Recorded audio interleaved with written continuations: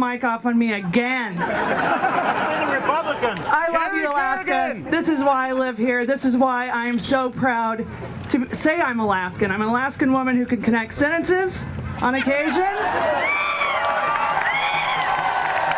Yes, I'm an Alaskan woman who can tell the truth. I know the difference. And I know that the truth to Alaskans is not a partisan issue. It isn't. We have Republicans, we've got Democrats, we've got independents, we've got anarchists, for Christ's sake. That's what makes us Alaskan. You know what? The truth is not partisan. There is something happening in this state. There is something happening that is so devastating. I've been going to the truthiness seminars every day. I have seen Ed O'Callaghan. Ed O'Callaghan, who was brought out of the Department of Justice, the #1 prosecutor against terrorism. And that guy has been hired by John McCain to come to Alaska to treat us like terrorists. Yeah, how's that working for you? I'll tell you what's going to happen. Sarah Palin may or may not be sent back to this state. It doesn't matter. On November 5th, we have political shrapnel from one end of this state to the other with what the McCain-Palin campaign has done to us. They've come in here, they've smeared Walt Monaghan. Yeah. You know, I got to interview Sarah Palin about this Monaghan thing. I did. And I said, wow, what did you think when you heard the Frank Bailey tape? And you know what her response was? Huh. Really, I just wondered if the troopers, if they taped all their conversations. That was her first response. That was her first response. Oh, I wonder how much else they got. Oh. That was a giant flag.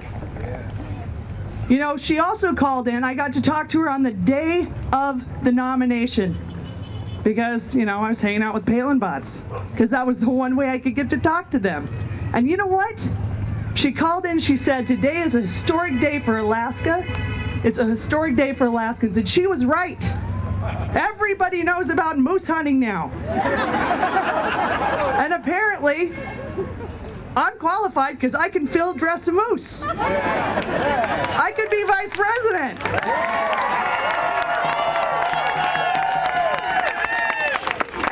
I got one question for Sarah Palin that morning when she called in before she walked onto the stage and met the rest of America. And I said, "You accepted?"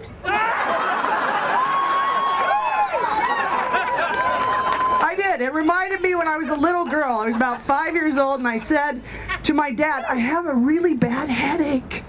And he said, he pulled out his pocket knife and he said, "Oh, well, I can fix that for you." And I thought, oh my gosh, he loves me and he's volunteering for brain surgery. No, you will hurt me. That's what Sarah Palin did when she accepted this nomination. She accepted to do something she is not qualified for. By any stretch. She was over her head as governor. And from the more we find out about how she operated Wasilla, see you later, see you next spring. The more we know about how she operated as mayor. Recall Palin! Recall! What do you think? Recall Palin? Recall Palin! Recall Palin! Recall Palin! Recall Palin! Recall Palin! Recall Palin! Oh, I don't know. I kind of like the word impeachment.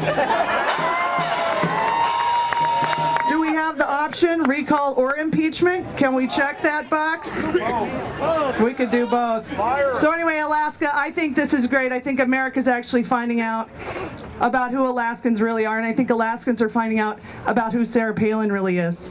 And despite her politics at one point, we felt like she was open and transparent. So we felt good about that, considering the corrupt bastard club party that we've been having in this state. But now that we know Sarah Palin will stand on a stage in front of America and lie. She will lie. She will lie about the bridge to nowhere. She will lie about putting the jet on eBay. Oh God, I got to tell you this. I asked Meg Stapleton about that. Meg, Meg should be the spokesmodel for Red Bull right now. She's so wound up. I asked Meg Stapleton about, well, someone else, one of the other reporters said, they said, why does she keep lying about the jet on eBay? And Meg says, well, what she's really saying is she's an out-of-the-box thinker. She's not part of Washington Beltway. And I said, and completely ineffective.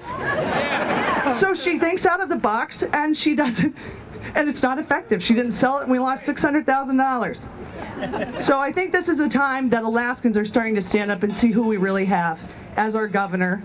I think it is an option to recall. Talis Kohlberg should be disbarred and run out on the rails. Talis Kohlberg needs to go back to judging cabbages at the state fair and writing wills. So anyway, this is Alaska. So what is it? Love it when we're right it when we're wrong. And right now we're wrong and we're trying to right it.